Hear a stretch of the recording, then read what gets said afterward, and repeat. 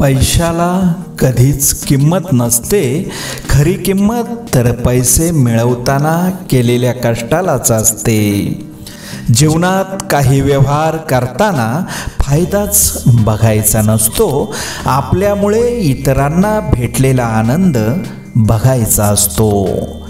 ओंजळ आनंदाने भरलेली असताना ती सांडायच्या आत इतरांना त्यातले देता आले पाहिजे। जीवनातील प्रत्येक गोष्टींवर, कामावर मनापासून प्रेम केले ना की काहीच अवघड वाटत नाही। उंच आकाशात भरारी घ्यायची इच्छा असणाऱ्यांना कृत्रिम का होईना पण पंख हे मिळतातच, फक्त जिद्द महत्वाची। विराट वटवृक्षाचे रूप धारण करायला कितीतरी ऊन स्वतः सोसावं लागतं, तेव्हा कुठे शीतलता दुसऱ्यांना देता येते। वाईट वेळ ही कधी कधी मजेदार असते, जेव्हा जेव्हा ती येते ना तेव्हा तेव्हा मतलबी माणसं आपोआप आपल्या आयुष्यातून बाजूला होतात। आनंद पैशावर नाही तर परिस्थितीवर अवलंबून असतो। एक मुलगा फुगा घेऊन खुश होतो, तर दुसरा तो विकून आणि तिसरा तो फोडून खुश होतो। सल्ला हे असं सत्य आहे जे आपण कधी गांभीर्याने नाही ऐकत, आणि स्तुती एक असा धोका आहे ज्याला आपण पूर्ण मन लावून ऐकतो। जिथे इतरांना समजावणं कठीण असतं तिथे स्वतःच समजून जाणं चांगलं असतं।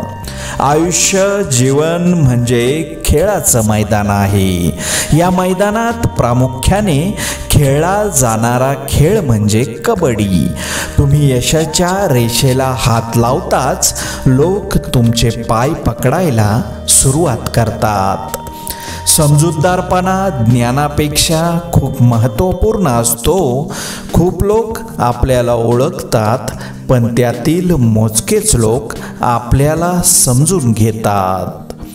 पराक्रम आणि साहस यांच्या जोडीला नैतिकता आणि मानवतेची जोड असलेली व्यक्ती नेहमीच यशस्वी होते।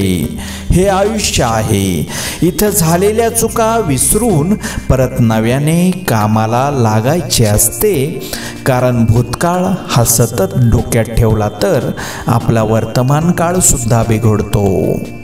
मन किती मोठं आहे हे महत्त्वाचं नाही, मात्र मनात किती आपलेपणा आहे हे महत्त्वाचं आहे। कोणाच्याही सावलीखाली उभा राहिल्यावर स्वतःची सावली कधीच निर्माण होत नाही। स्वतःची सावली निर्माण करण्यासाठी स्वतः उन्हात उभे राहावे लागते। हातोडी आणि छन्नीचे घाव सोसल्याशिवाय दगडाला सुद्धा विशिष्ट आकार प्राप्त होत नाही, असंच माणसाचं सुद्धा आहे। भुकेल्याला अन्न देणे आणि दुःखी माणसाला हसवणे हे जगातील सर्वश्रेष्ठ दान आहे। जखमा वेगवेगळ्या असल्या तरी वेदना त्याच असतात। जगणं शिकावं लागत नाही, जगण्याकडे बघणं शिकता आलं पाहिजे।